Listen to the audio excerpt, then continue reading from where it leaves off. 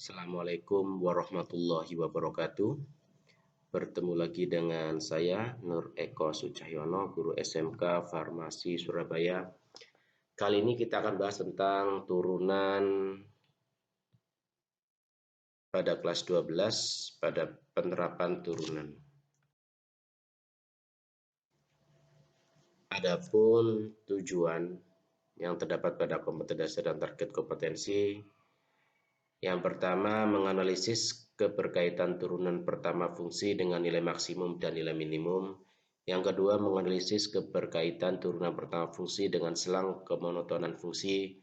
Yang ketiga menganalisis keberkaitan turunan pertama fungsi dengan kemiringan garis singgung kurva.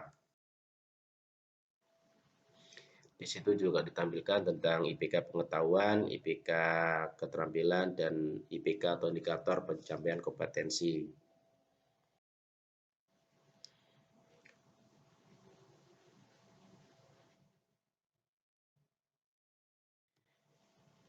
Yang pertama, persamaan garis singgung dan garis normal kurva.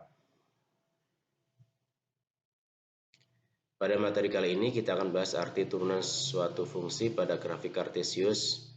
Perhatikan sebuah grafik fungsi y sama dengan fx pada gambar. Hal yang perlu dipikirkan adalah bagaimana mencari gradien garis singgung kurva tersebut di titik f, x, fx. Untuk menjawab pertanyaan tersebut jelas tidak mudah. Akan tapi jika yang diminta adalah menentukan gradien tali busur fg dengan titik g, x plus h, f, x plus h, maka dapatlah kita tentukan sebagai berikut. MFG sama dengan G per FH, MFG sama dengan F, X plus H min Fx per X plus H min X. Sehingga didapat MFG sama dengan F, X plus H min Fx per H. Jika mendekati 0, maka titik G akan mendekati F sepanjang grafik F. Dan tali busur F dan G akan mendekati suatu garis singgung di titik F. Oleh karena itu, gradien tali busur dianggap sebagai pendekatan gradien garis singgung kurva untuk H mendekati 0. Bentuk gradien garis singgung kurva tersebut dapat dinyatakan dengan limit H mendekati 0, MPG sama dengan limit H mendekati 0, Fx plus H min Fx per H. Dengan melihat bentuk tersebut, maka fungsi turunan F turunan X sama dengan limit H mendekati 0, Fx plus H min Fx per H merupakan gradien garis singgung kurva Y sama dengan Fx di titik X, Fx pada grafik F. Selain garis singgung, terdapat juga garis normal, yaitu garis yang tegak lurus dengan garis singgung dan melalui titik singgungnya. Pada gambar tersebut terlihat bahwa garis H merupakan garis singgung dan garis K merupakan garis normal di titik singgung A. Oleh karena pembahasan persamaan garis singgung dan garis normal banyak berkaitan dengan grafik fungsi Y sama dengan Fx, sebaiknya kita menggunakan notasi lain pada turunan. Dasar pemikiran notasi tersebut adalah dari pengertian gradien sebuah garis lurus pada bidang kartesius, yaitu gradien sama dengan perbedaan nilai Y dibandingkan dengan perbedaan nilai X sehingga didapat dy per dx. Notasi yang digunakan untuk menyatakan turunan adalah dy per dx. Notasi ini diperkenalkan oleh Leibniz. Contoh yang A, diketahui persamaan kurva Y sama dengan 5x kuadrat min 7x min 12. Tentukan gradien garis singgung di titik 2, min 6. Yang kedua, tentukan gradien garis singgung di titik dengan absis min 2 pada kurva Fx sama dengan 3x kuadrat min 5x min 8. Untuk menjawab yang A, persamaannya Y sama dengan 5x kuadrat min 7x min 12. Gradien garis singgung M sama dengan dy per dx, kita turunkan sama dengan 10x min 7. Untuk X sama dengan 2, maka M sama dengan 10 kali 2 min 7 didapat nilai 13. Jadi gradien garis singgung di titik 2,6 adalah 13. Untuk menjawab soal kedua atau yang B, persamaannya fx sama dengan 3x kuadrat min 5x min 8. Gradien garis singgung di X sama dengan min 2 adalah M sama dengan F aksen min 2. F aksen X sama dengan Fx min 5. F aksen min 2 sama dengan 6 kali min 2 dikurangi 5 didapat nilai min 17. Jadi gradien garis singgung di X sama dengan min 2 adalah min 17.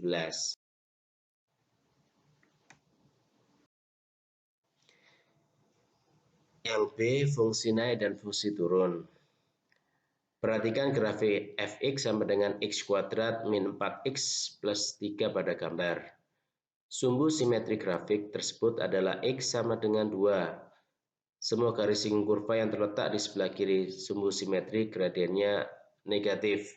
Sedangkan semua garis singgung kurva yang terletak di sebelah kanan gradiennya positif. Dan garis singgung kurva pada sumbu simetri gradiennya 0.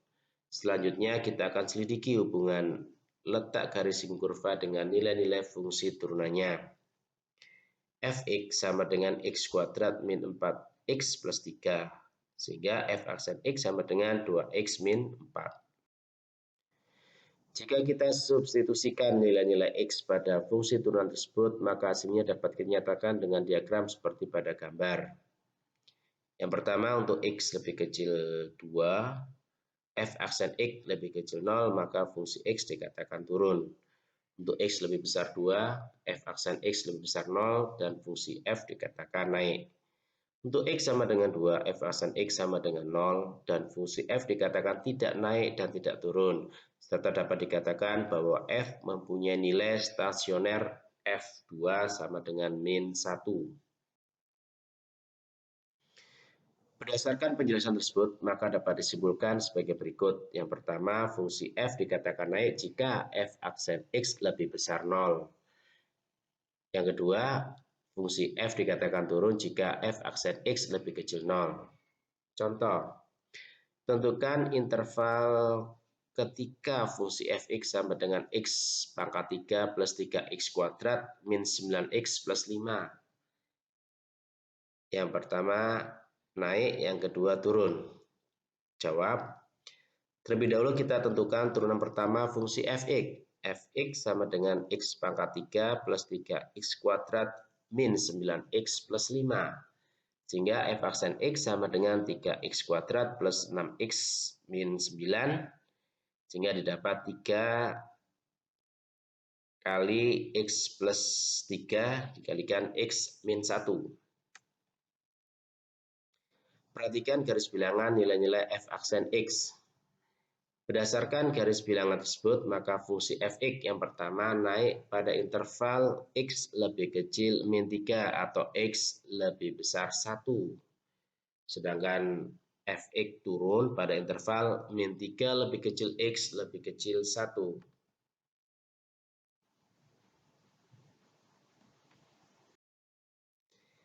Nilai stasioner.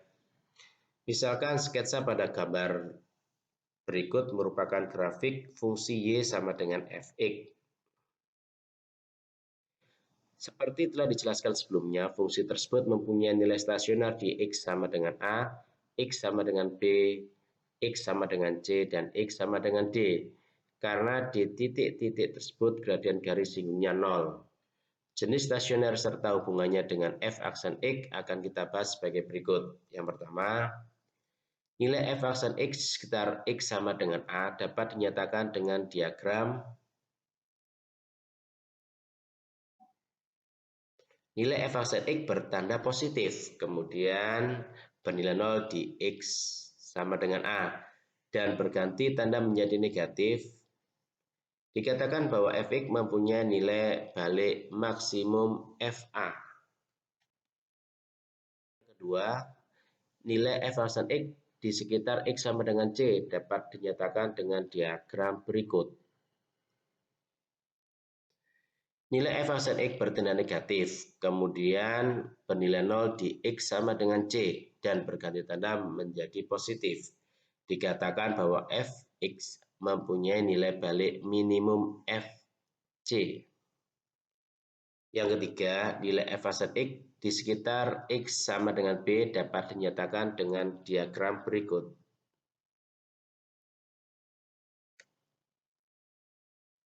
Nilai f aksen X bertanda negatif, kemudian bernilai 0 di X sama dengan B, dan bertandanya menjadi negatif kembali. Dikatakan fungsi fx mempunyai titik belok fb. Yang keempat, nilai f aksen X di sekitar X sama dengan D dapat dinyatakan dengan diagram berikut. Nilai f aksen X bertanda positif, kemudian bernilai 0 di X sama dengan D, dan tandanya kembali menjadi positif. Dikatakan fungsi fx mempunyai titik belok fd. Contoh, tentukan nilai stasioner fungsi fx sama dengan x pangkat 3 dan tentukan jenisnya. Untuk menjawab, kita mencoba menurunkan fx sama dengan x pangkat 3, sehingga dy per dx sama dengan 3x kuadrat. Dy per dx sama dengan 0, sehingga didapat 3x kuadrat sama dengan 0, x sama dengan 0. Nilai stasioner f0 sama dengan 0 pangkat 3 sama dengan 0. Diagram nilai dy per dx seperti gambar berikut. Jadi fx mempunyai titik belok di titik 0,0. Menggambar kurva. Pada pembahasan nilai stasioner dan jenisnya tidak lengkap jika kita belum memahami bentuk kurvanya. Membuat sketsa grafik fungsi y sama dengan fx sangat penting dalam hal kegunaannya pada kehidupan sehari-hari yang berhubungan dengan turunan fungsi.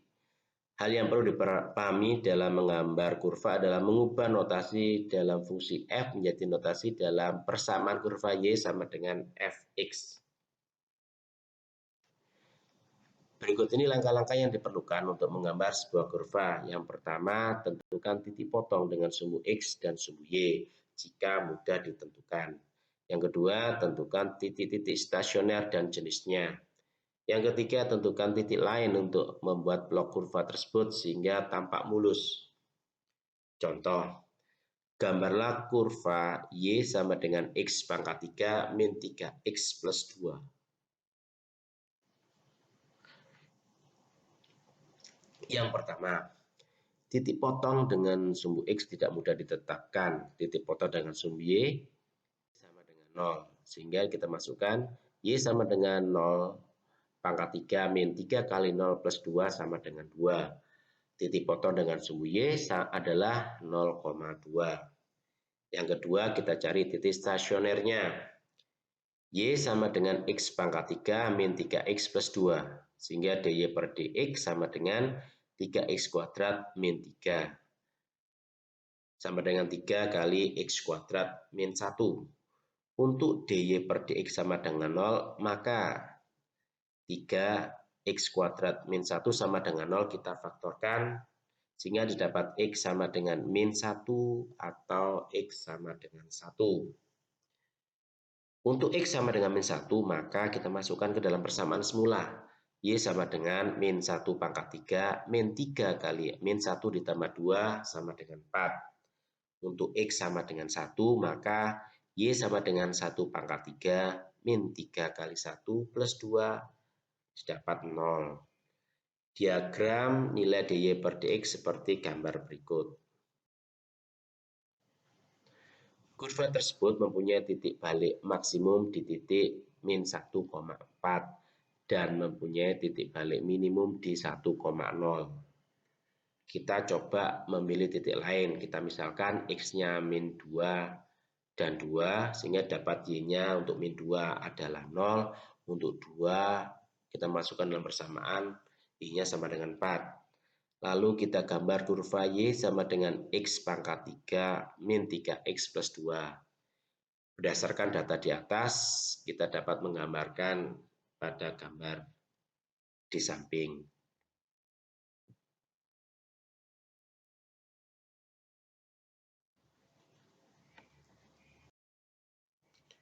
Berikutnya nilai maksimum dan nilai minimum suatu fungsi. Jika kita perhatikan gambar pegunungan, lembah-lembah, dan dasar danau, maka tampak seperti gambar grafik suatu fungsi di bawah ini. Pada gambar tersebut terdapat titik tertinggi di puncak gunung A dan titik terendah di dasar danau B. Juga terdapat puncak yang tidak lebih dari puncak gunung A, yaitu puncak lembah C, dan lembah D yang tidak lebih rendah dari dasar danau B. Pada grafik fungsi tersebut, titik A disebut titik maksimum mutlak atau absolut. Titik B disebut titik minimum mutlak atau absolut. Titik C disebut titik maksimum relatif. Dan titik D disebut titik minimum relatif. Dengan pemikiran yang sama pada ilustrasi di atas, maka dapat dikatakan bahwa jika FA lebih besar Fx untuk semua X pada domain F, maka FA merupakan nilai maksimum mutlak atau absolut dari fungsi F.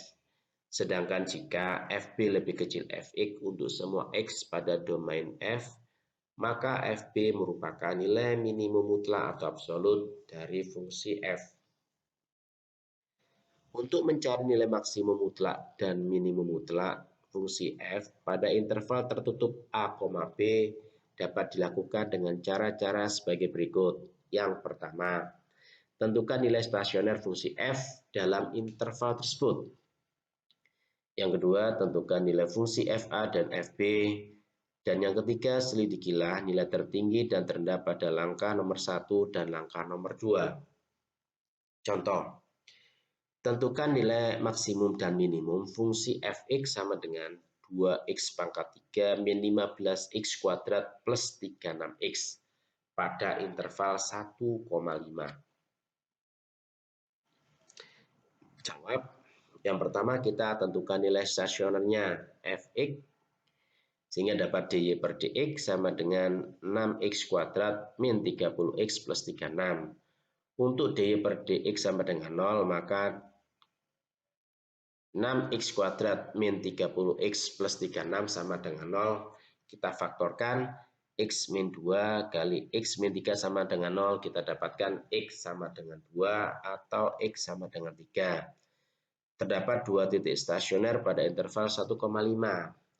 Untuk X sama dengan 2, maka kita masukkan dalam persamaan semula, F2 sama dengan 2 kali 2 pangkat 3 min 15 kali 2 kuadrat plus 36 kali 2 sama dengan 28. Untuk X sama dengan 3, maka F3 sama dengan 2 kali 3 pangkat 3 min 15 kali 3 kuadrat plus 36 kali 3 sama dengan 27. Yang kedua, menentukan nilai F1 dan F5.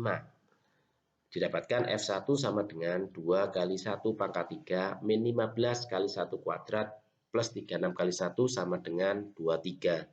F5 sama dengan 2 kali 5 pangkat 3 min 15 kali 5 pangkat 2 plus 36 kali 5 sama dengan 55.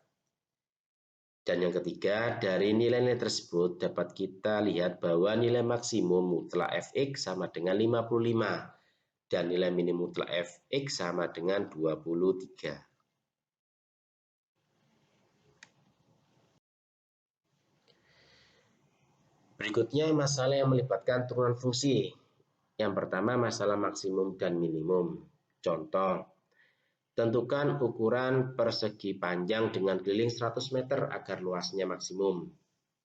Jawab, andaikan P sama dengan panjang, L sama dengan lebar, serta A sama dengan luas, maka A sama dengan P kali L. Karena kelilingnya 100 meter, maka variabel P dan L dapat dinyatakan sebagai hubungan 2P plus 2L sama dengan 100, atau L sama dengan 50 min P. Nilai P dan L masing-masing bernilai positif, sehingga variabel P terdapat pada interval 0 lebih kecil P lebih kecil sama dengan 50. Penyelesaian berikut adalah A aksen P sama dengan 50 min 2P. Agar luas maksimum A aksen P sama dengan 0, maka 50 min 2P sama dengan 0. P sama dengan 25. Luas maksimum A sama dengan 625 untuk B sama dengan 25 dan L sama dengan 25. Jadi ukuran persegi panjang tersebut adalah 25 meter kali 25 meter. Yang kedua, masalah kecepatan dan percepatan. Notasi dy per dx telah digunakan dalam menentukan gradien garis singgung dan titik-titik stasioner. Lebih lanjut akan dibahas beberapa pemakaian notasi tersebut di berbagai persoalan yang lain. Contoh yang paling mudah adalah pada gerak sebuah benda dalam pelajaran fisika. Sebuah benda bergerak dari suatu tempat ke tempat lain menempuh jarak s dalam waktu t. Maka kecepatan rata-ratanya sama dengan perubahan jarak dibagi perubahan waktu sama dengan delta s per delta t. Kecepatan v pada saat t didefinisikan sebagai v sama dengan ds per dt sama dengan limit t mendekati 0 delta s per delta t. Dengan demikian, v merupakan turunan fungsi jarak s. Jika kecepatan sebuah benda setiap saat mengalami perubahan, maka benda tersebut mempunyai suatu percepatan yang dinyatakan dengan percepatan sama dengan perubahan kecepatan dibagi perubahan waktu, sama dengan delta v per delta t. Percepatan A pada saat T dapat dinyatakan dengan A sama dengan dv per dt, sama dengan limit T mendekati 0 delta V per delta T. Dengan demikian, percepatan merupakan turunan pertama dari fungsi kecepatan V. Contoh, sebuah benda bergerak sepanjang garis lurus. Lintasan yang ditempuh dalam waktu T detik dinyatakan dengan rumus 2 per 3 T pangkat 3 min 9 per 2 T pangkat 2 plus 10 T. Yang pertama, tentukan kecepatan pada saat T sama dengan 1 detik. Yang kedua, tentukan percepatan pada saat T sama dengan 4 detik. Jawab yang pertama. V sama dengan ds per dt sama dengan 2t kuadrat min 9t plus 10. Kecepatan pada T sama dengan 1 detik adalah kita masukkan 2 kali 1 kuadrat min 9 kali 1 plus 10 sama dengan 3 meter per detik atau 3 meter per second. Yang kedua, kita turunkan A sama dengan dv per dt sama dengan 4t min 9. Percepatan pada saat T sama dengan 4 detik adalah kita masukkan 4 kali 4 min 9 sama dengan 7 meter per detik kuadrat atau 7 meter per second kuadrat.